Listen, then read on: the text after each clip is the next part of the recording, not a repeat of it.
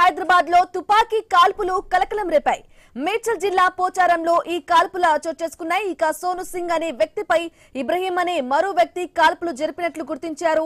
తుపాకీతో కాల్చిన తరువాత ఇబ్రహీం పారిపోయాడు. దీంతో ఇబ్రహీం కోసం పోలీసులు గాలింపు చేపట్టారు. ఇక సోను సింగ్ భుజానికి గాయం కావడంతో ఆసుపత్రికి తరలించారు.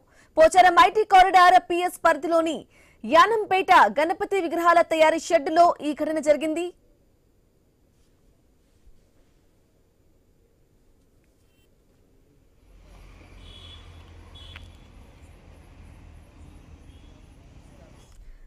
బ్రేకింగ్ న్యూస్ చూస్తున్నాం. హైదరాబాద్ లో తుపాకీ కాల్పులు కలకలం రేపాయి. మేడ్చల్ జిల్లా పోచారంలో ఈ కాల్పుల ఘటన చోటు చేసుకుంది. ఈ గన్ ఫైర్ కి సంబంధించిన లేటెస్ట్ అప్డేట్స్ అందించడానికి మా ప్రతినిధి ప్రవీణ్ అందిస్తారు ఫోన్ ద్వారా. ప్రవీణ్.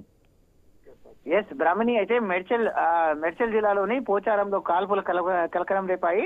ఓ వ్యక్తిపై దుండగుడు కాల్పులకు తెగబడ్డాడు. కాల్పులు జరిపిన వెంటనే నిందితుడు పరారైనట్టుగా కూడా పోలీసులు తెలుపుతున్నారు. అయితే కాల్పులు జరిపిన వ్యక్తి ఇబ్రాహిం గా అయితే పోలీసులు గుర్తించారు. నిందితుడి కోసం పోలీసులు అయితే గాలింపు చర్యలు చేపట్టారు. అలాగే ఈ యొక్క మొత్తం తోలుగా ఈ కాల్పులకు సంబంధించి మొత్తం తోలుగా ప్రశాంత్ సింగ్ సోను అనే వ్యక్తిపై దుండగుడు కాల్పులకు తెగబడిగా తెలుస్తుంది. కాల్పులు జరిపిన వెంటనే నిందితుడు పరారయ్యాడు. ఈ నేపథ్యం చూసుకుంటే ప్రతాప్ సింగ్ సోను భుజం పైన గాయాలు కాగా వెంటనే చికిత్స నిమిత్తం ఆసుపత్రికి తరలించారు. పోలీసులు కేసు కూడా నమోదు చేసి విచారణ చేపడుతున్నారు. అక్కడ స్థానికంగా ఉన్నటువంటి ఏదైతే సీసీ కెమెరాలు ఉంటాయో సీసీ కెమెరాల ఆధారంగా మొత్తం తోలుగా కేసును ఛేదించే దిశగా పోలీసులు అయితే మొత్తం తోలుగా నిందితుల కోసం గాలిస్తున్నారు. ఈ నేపథ్యంలో అయితే ఏదైతే గోవులను తరలిస్తున్న క్రమం లోపల ఈ వ్యక్తి సోను సింగ్ అనే వ్యక్తి అడ్డుకున్నాడని తెలుస్తుంది. అడ్డుకున్న నేపథ్యంలో దుండగుడు ఇబ్రాహిం అనే దుండగుడు అయితే కాల్పులకు తెగబడ్డాడు. అక్కడ ఉన్నటువంటి ఏదైతే పోచారం దగ్గర ఉన్నటువంటి ఆ వినాయకుల ఏదైతే విగ్రహాలు ఉంటాయో ఆ విగ్రహాల కొరకు వేసినటువంటి ఆ షెడ్ లోపల మొత్తం తొలగా ఉదంతం జరిగినట్టుగా తెలుస్తుంది. అది ఈ నేపథ్యం చూసుకుంటే అది ఇబ్రాహిం ఎక్కడి నుంచి వచ్చాడు, ఈ గోవులను ఎక్కడి తీసుకెళ్తున్నాడు, అయితే ఈ యొక్క గన్ ఎక్కడి నుంచి తీసుకున్న వచ్చాడు, కాల్పులకు తెగబడడానికి కారణం ఏమై ఉంటుందనే కోణం లోపల పోలీసులు దర్యాప్తు చేస్తున్నారు. అయితే గాయపడిన వ్యక్తిని మాత్రం ఆసుపత్రికి తరలించారు. ప్రస్తుతం అయితే సీరియస్ గా ఉన్నట్టుగా తెలుస్తుంది. కాబట్టి అయితే నిందితు కోసం మొత్తంగా కూడా అయితే పోలీసులు అయితే గాలిస్తున్నారు. ఎస్ ప్రవీణ్, అలాగే చెప్పండి, మీరు చెప్పినట్లుగా కూడా గోవులకు సంబంధించిన గొడవే ఉందా, లేకుంటే ఇంతకుముందు ఏదైనా పాత కలహాలు ఏవైనా ఈ ఘటనకు సంబంధించి కారణాలు అయి ఉండొచ్చు అంటారా?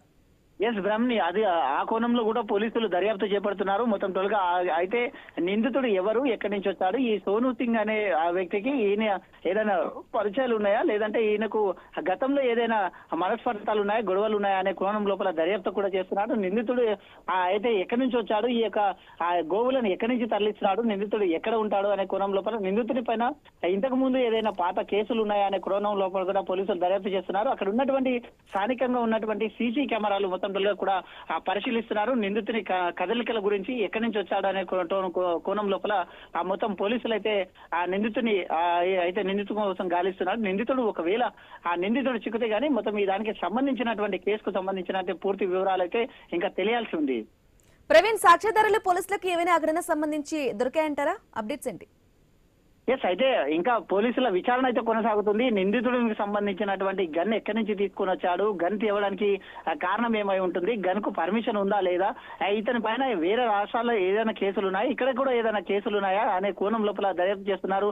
ఇబ్రాహిం అనే వ్యక్తి ఆ పోచారం గ్రామానికి చెందిన వ్యక్తి, లేకుంటే హైదరాబాద్ లో ఇంకెక్కడన్నా ఉంటున్నాడా, లేదంటే ఇతర రాష్ట్రాల నుండి వచ్చి ఇక్కడ ఉంటున్నాడా అనే కోణం లోపల ఆ పోలీసులు అయితే దర్యాప్తు చేస్తున్నారు. కాబట్టి పోలీసులు ఆ నిందితుని పట్టుకుంటే గానీ ఈ యొక్క వివరాలు మొత్తం ఇంకా తెలియాల్సి ఉంది. కాబట్టి పోలీసులు విచారణ అయితే కొనసాగిస్తున్నారు. కాబట్టి నిందితుడి కొరకు గాలింపు చర్యలు కూడా చేపట్టినట్టుగా తెలుస్తుంది. కాబట్టి మరి కాసేపట్లో దీనికి సంబంధించినటువంటి పూర్తి వివరాలు ఆ పోలీసులు తెలియజేస్తున్నట్టుగా తెలుస్తుంది. ప్రవీణ్, అలాగే చెప్పండి, ఇక సోను సింగ్ కు ఇబ్రహీం కి మధ్య అసలు సంబంధం ఏంటి వారిద్దరి మధ్య? అలాగే ఇంత అంటే గన్ తో షూట్ చేసుకునేంత వైరం ఎందుకు వచ్చిందంటారు? దానికి సంబంధించిన అప్డేట్స్ ఉన్నాయా? ఎస్ బ్రాహ్మణి, ఖచ్చితంగా దీనికి కూడా పోలీసులు అయితే ఈ కోణం లోపల కూడా ఆలోచిస్తున్నారు. ఇప్పుడు సోను సింగ్ ఏదైతే ఉన్నారో ఈ యొక్క సోను సింగ్ ఇప్పుడు గన్ కాల్పులు జరిపేంటనే రక్తస్రావం జరిగింది. కాబట్టి హాస్పిటల్లో ఆ ట్రీట్మెంట్ పొందుతున్నాడు, అపస్మారక స్థితిలో ఉన్నట్టుగా కూడా చెప్తున్నారు. కాబట్టి సోను సింగ్ నుంచి కూడా అయితే పోలీసులు మొత్తం టోల్గా దీనికి సంబంధించినటువంటి మొత్తం టోల్గా కూడా అయితే ఆడియోను కూడా రికార్డ్ చేస్తున్నారు. ఏ విధంగా ఆ పరిచయం అయితే ఎందుకు ఈ యొక్క గొడవ జరిగింది, ఆవుల కొరకే గొడవ జరిగిందా, లేదంటే లేదంటే వేరే దురుద్దేశం ఏదైనా ఉందా, ఎప్పటి నుంచి పరిచయం, ఈయన ఎక్కడైనా పరిచయం ఉందా, వీళ్ళిద్దరి మధ్యలో ఏదైనా వైరం ఉందా, పాత పగలు ఏమైనా ఉన్నాయా అనే కోణం లోపల కూడా పోలీసులు దర్యాప్తు చేస్తున్నారు దాన్ని. Okay right Praveen, thank you for the updates. Breaking news చూస్తున్నాం. హైదరాబాద్ లో తుపాకీ కాల్పులు కలకలం రేపాయి. మేడ్చల్ జిల్లా పోచారం లో ఈ కాల్పులు చోటు చేసుకున్నాయి. ఇక సోను సింగ్ అనే వ్యక్తిపై ఇబ్రహీం అనే మరో వ్యక్తి కాల్పులు జరిపినట్లు గుర్తించారు. ఇక తుపాకీతో